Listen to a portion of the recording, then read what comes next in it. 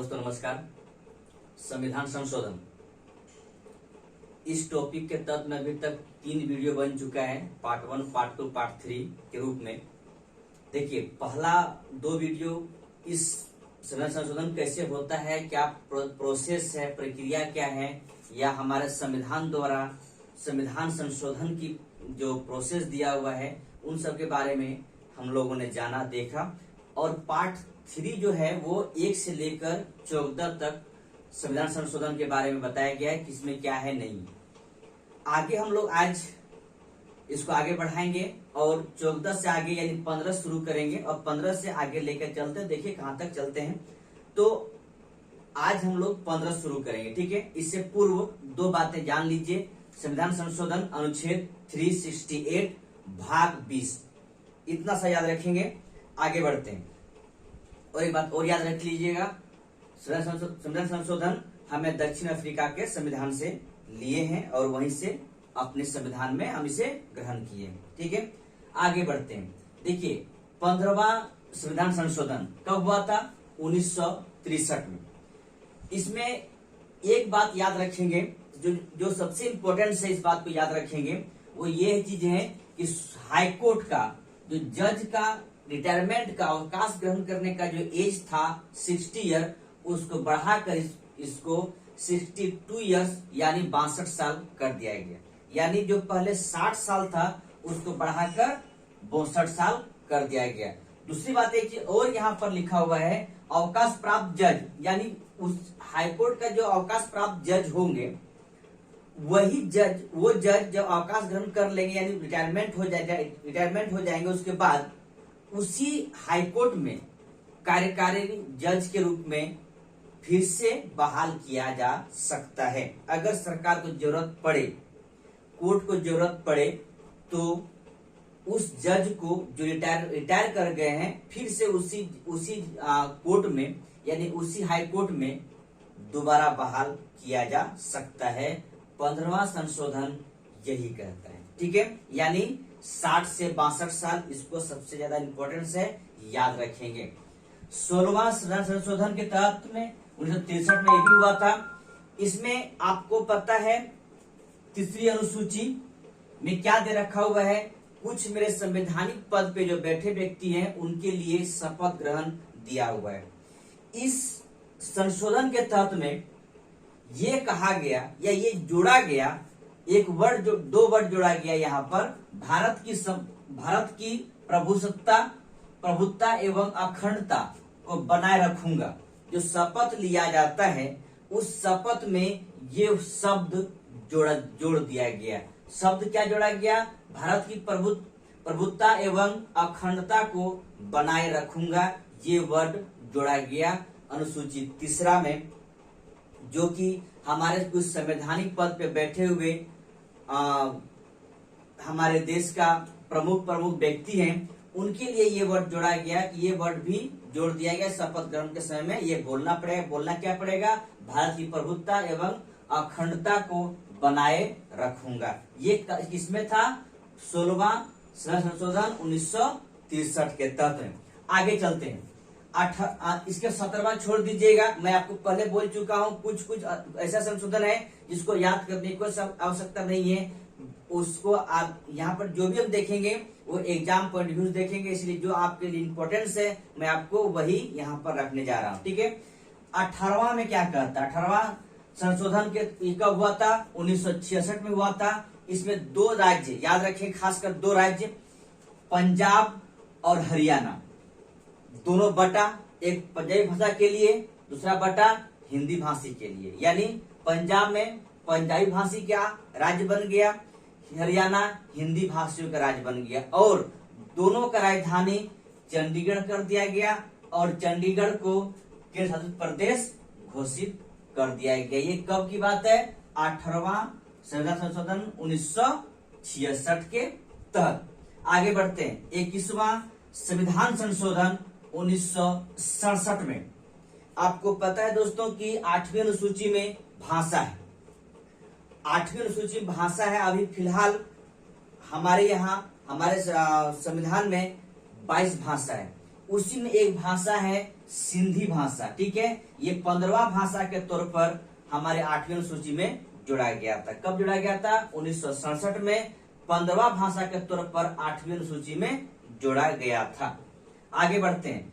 22वां संशोधन 1969 में असम से अलग करके मेघालय को एक राज्य बना दिया गया था। ध्यान रखेंगे, असम को अलग करके मेघालय को राज्य बना दिया। कब बना दिया गया था? 22वां संविधान संशोधन 1969 के समय। आगे बढ़ते हैं।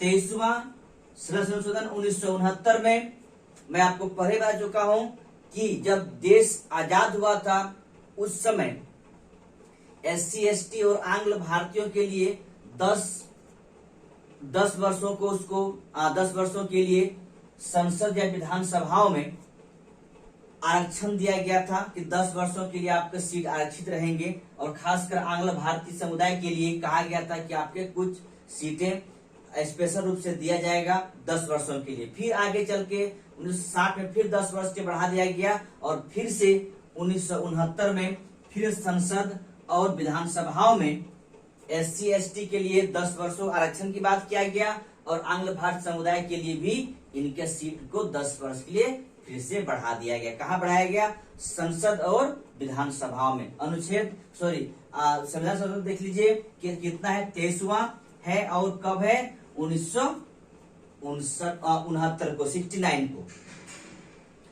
आगे बढ़ते हैं।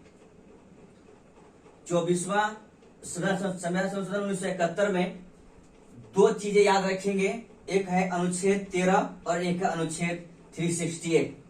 देखिए अनुच्छेद 13 क्या कहता है? अनुच्छेद 13 कहता है न्यायिक पुनर्विलोकन, यानी कहने का मतलब यहाँ पर यह है कि संसद द्वारा कोई विधेयक पारित होता है तो उस विधेयक को न्यायालय द्वारा फिर से विचार कर सकते हैं, ठीक है, कर सकते हैं। और 368 क्या कहता है? 368 ये कहता है कि जो संविधान संशोधन की प्रक्रिया है और शक्ति के बारे में दिया गया है। यहाँ पर ये कहने का मतलब है कि दोनों को साथ में ना जोड़ा जाए, ठीक है। संविधान संशोधन होता है तो अनुच्छेद 13 के अनुसार नहीं कहा जाएगा, अनुच्छेद 368 के अनुसार कहा जाएगा और इसके अनुसार नहीं कहा जाएगा, ठीक है। और अनुच्छेद 13 ये कहता है न्यायिक पुनर्विलोकन की बात करता है, यानी कहने का मतलब यहाँ पर ये है कि आप विधेयक कोई पेश करते हैं तो वो फिर से रिव्यू कर सकते हैं कोर्ट। तो अगर इसके तहत किया जाएगा, अनुच्छेद 13 के तहत किया जाएगा, तो अगर कोई संशोधन होता है तो वो संशोधन क्या हो जाएगा? फिर से कोर्ट उस पर रिव्यू कर सकते हैं, यानी फिर से वो विचार कर सकते हैं, न्यायिक पुनर्विलोकन के तहत में रख सकते हैं। इसलिए इसको अलग करने के लिए अनुच्छेद 13 और 368 में कुछ संशोधन किया गया और संविधान संशोधन होगा तो 13 के अनुसार नहीं होगा बल्कि 368 के अनुसार किया जाएगा। वो है प्रक्रिया और शक्ति का प्रयोग किसमें किया जाएगा? 368 के तत्व में ही किया जाएगा, ठीक है दोस्तों। हम 24 से आगे बढ़ते हैं और 25 की तरफ चलते हैं। दोस्तों हम लोग 24 से आगे 25 की तरफ चलते हैं, यानी 25वां संविधान संशोधन 1971 में। दोस्तों याद रखेंगे, ध्यान इस बात का भी रहना चाहिए कि बैंकों का राष्ट्रीयकरण का मामला था।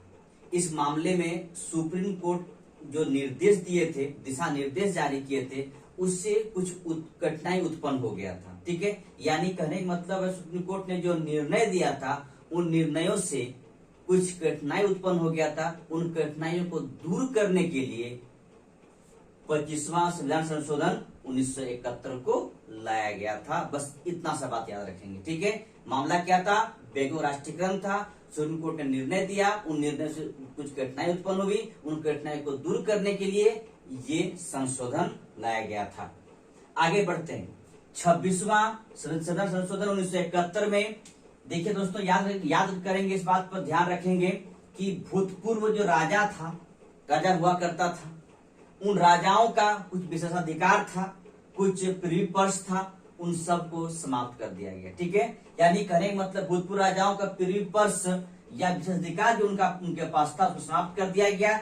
इसी के तहत में 291 और 362 अनुच्छेद को समाप्त किया गया और एक अनुच्छेद 363 का जोड़ दिया गया, 363 का क जोड़ दिया गया।